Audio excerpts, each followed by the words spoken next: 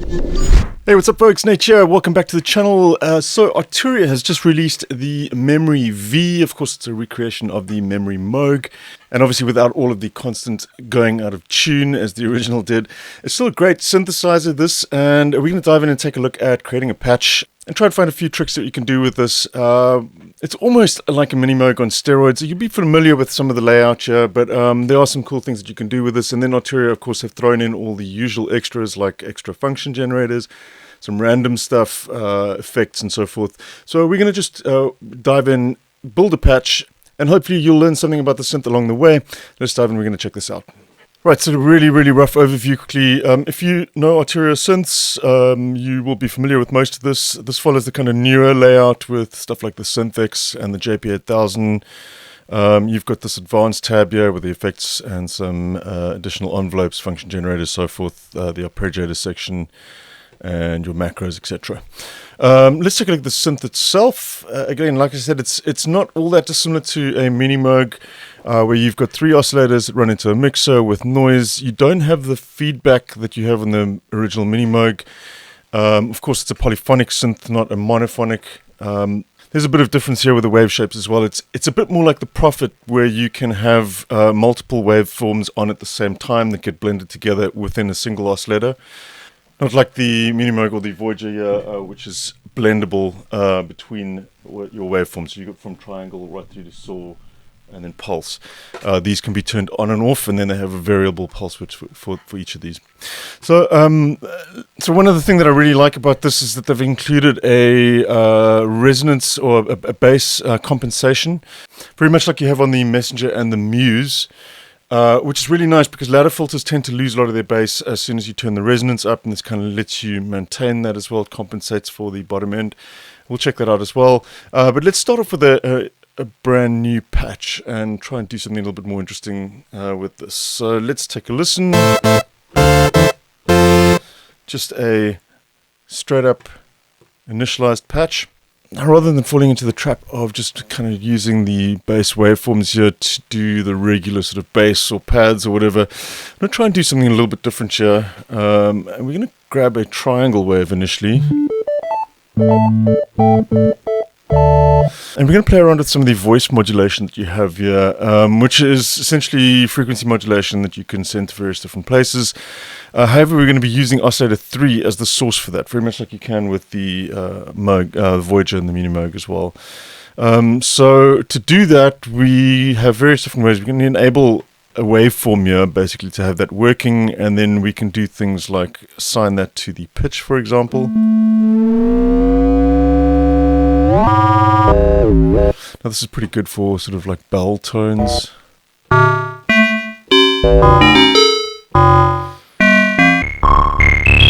You can lock that to stay at the same pitch as well. Makes it quite atonal, or keyboard tracking.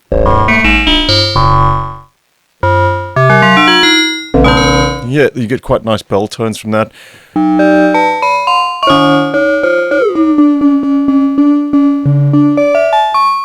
Right, so let's play around with that a little bit more. You can, of course, assign this to the filter as well, to give you kind of filter modulation.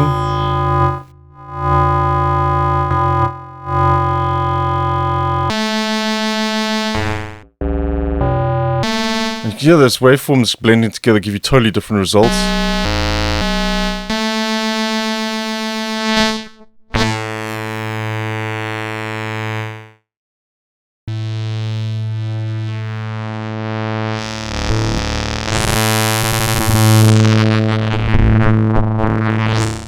Frequency modulation on the filter itself. Right, so let's go and assign this rather to, we'll keep that on the pitch there, and we're going to assign this rather to the filter envelope. We'll dial that up, you'll see what happens with this. That pitch is then assigned to the decay time on this basically, or not just the decay time. But then we can lock Oscillator 3 mount to the envelope as well.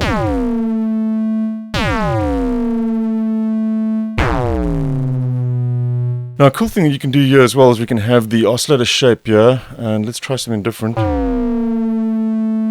can have that one actually assigned to the panning as well, so you get a more stereo sound from what is normally just a mono synth. Now this also becomes interesting when you do something like sync oscillator 3 to oscillator 1, which is the audible waveform that we have right now. So take a listen to this.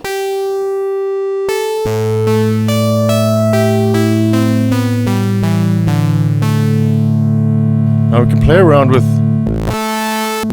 that for different textures, but it's still going to be synced now.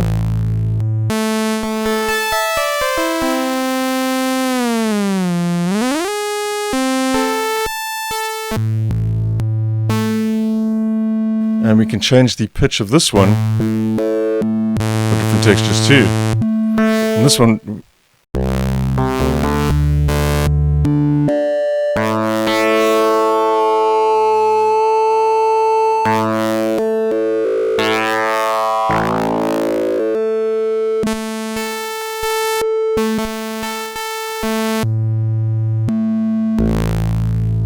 well, like that. Now let's, we've got this currently just with 0 attack. You get some interesting stuff happening when you start actually adding a bit of attack into this filter here.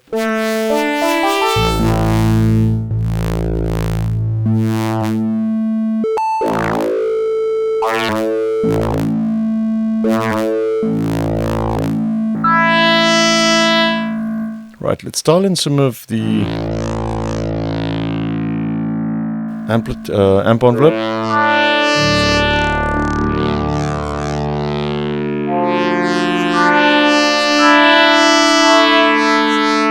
Some interesting stuff now with this kind of FM sound, but like really nice for kind of like drones, evolving, folding sound.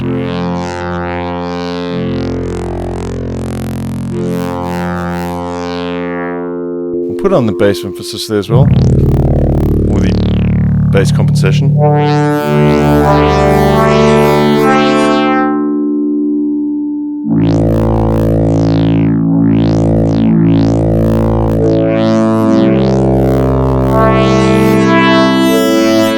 Let's get some detuning going there. I want to bring in a second oscillator now, so we've got something that's detuned against that one. So we'll bring in a saw wave from oscillator 2.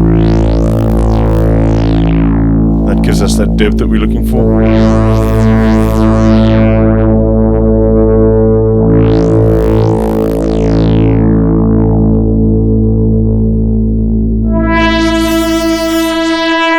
So we got the mod wheel here assigned to the LFO.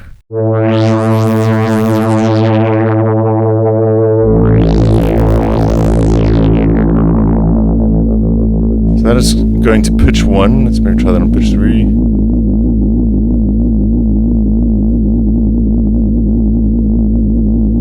Should go back to pitch 1 again, because remember that one's synced.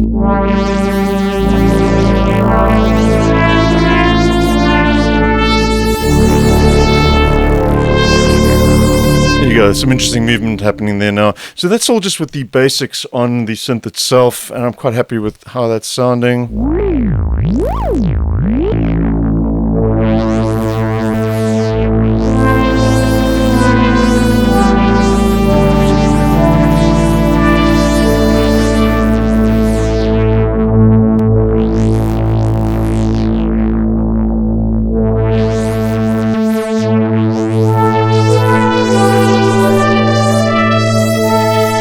Right, let's add some of the just sort of secret sauce on top of that now. If we come into the advanced page, we'll look here and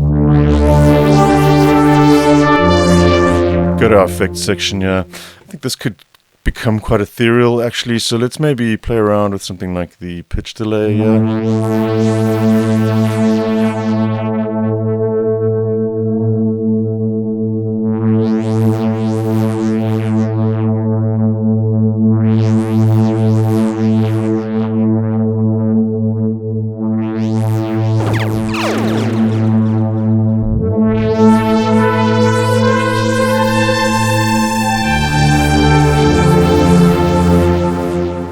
Notice I'm not going full on with the pitch, and we're not going up by octaves and such. I'm just adding a bit of stereo detuning to this. Let's go with the reverb as well.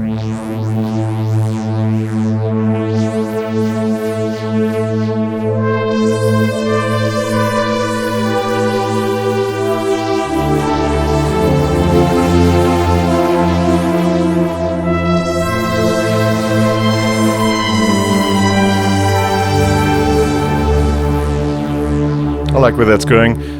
I just test out something like this as well.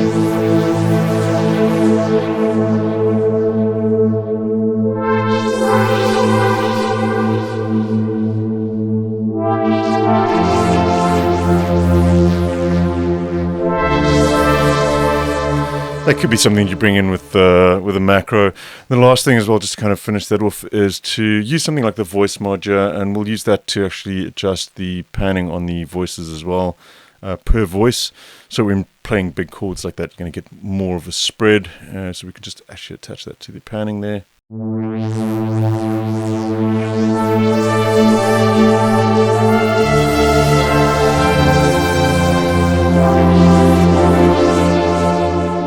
Cool, let's do one more patch with this. We're going to come in and just take a look at one of the other features. We'll do something slightly more simple with this one now. Actually, you know what, maybe we could do something in unison.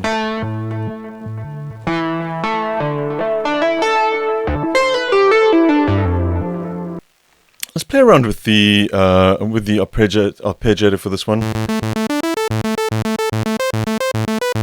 So I quite like the way that Arturia deals with this. Now this one doesn't have the dual layer that the Synthex does, so you can't get two different sounds to play different arps, unless you're using something like Analog Lab, but I don't think this is in Analog Lab at the time of recording. But we've got like a normal arp playing there, and we can add in some additional interest there. So this one goes up an octave, the second one, but playing a different pattern.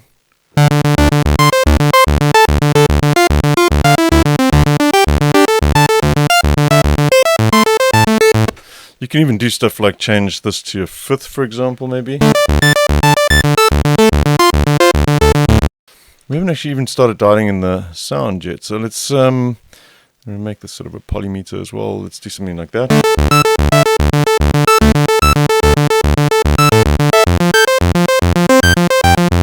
Pretty interesting there already. I quite like what's going on there. And then even a third you could do.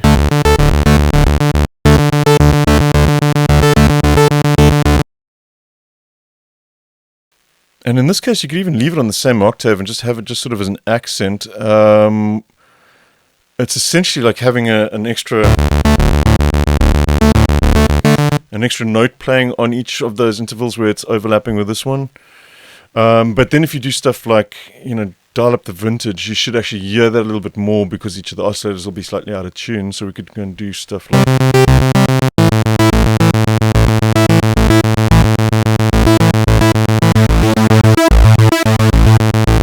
So if you engage the unison, you'll actually lose the overlapping notes. Okay, so we've got that in there now. Let's dial in sort of like a plucky sound for this. I think that'll work really nicely.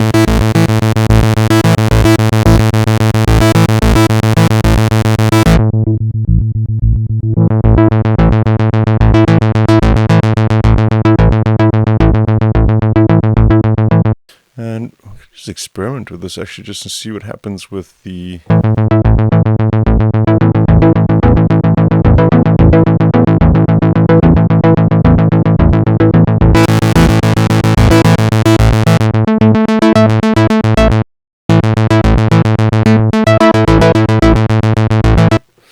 Okay, let's play around with the sync as well. So we're going to sync 2 in 1 this time around.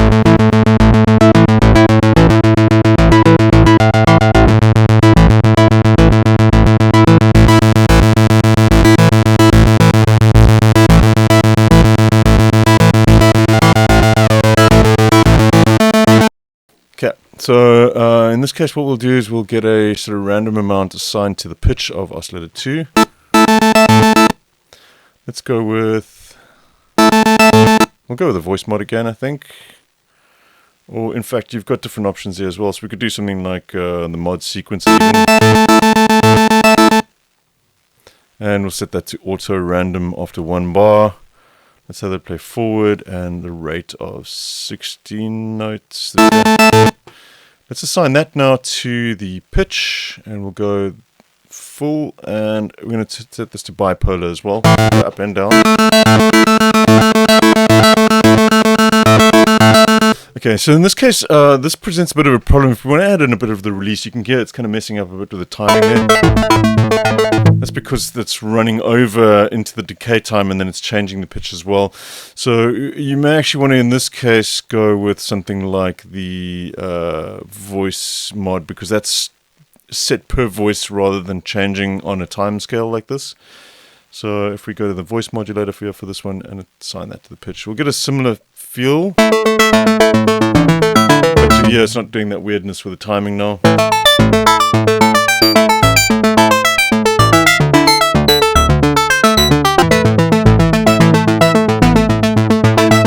And a little bit of detuning on that saw. We'll use two of the saws, one from this one and one from that one.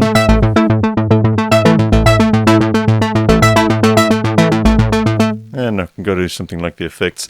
Now another cool thing you can do here with this one is you've got an additional filter which you can actually blend in. So in this case it might be quite nice to do something like just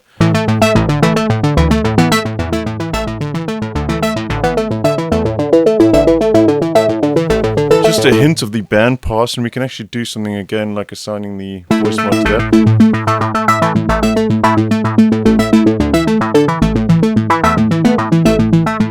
Gives you some interesting vibes going on there as well. And let's wrap this up with a compressor.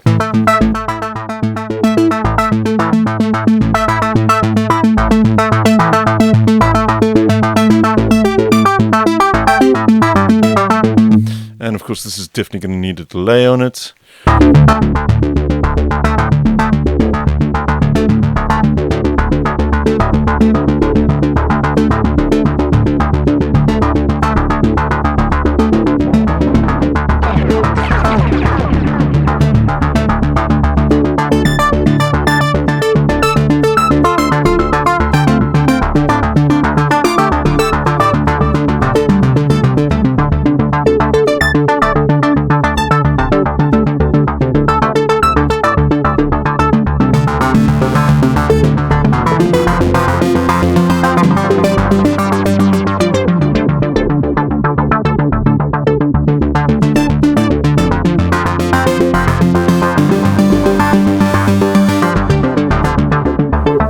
Now that emphasis there, we'll turn that back on again. Because now you can kind of really drive that resonance.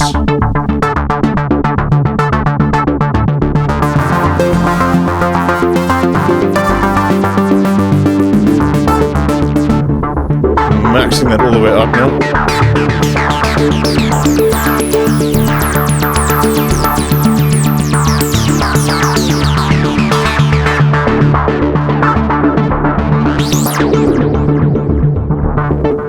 Nice. Cool. So we'll cut it there. Some interesting ideas that you can do with Memory V. It's pretty cool sounding synth this. I really like the ladder filter in this one. Is it essential? Probably not. It's very much in line with some of the other ones. It does have a different sound to it completely. If you've got stuff like the Synthex or the Prophet as well, you're in similar territory to this one. Although, like I said, the filters do have their own unique signature on all of those. But yeah, if you get this part of the Arturia V collection, definitely it's pretty cool. Yeah, I like it a lot. So cool. I hope you guys enjoyed this and found something useful in this video. I will see you soon. Till then, take care. Cheers.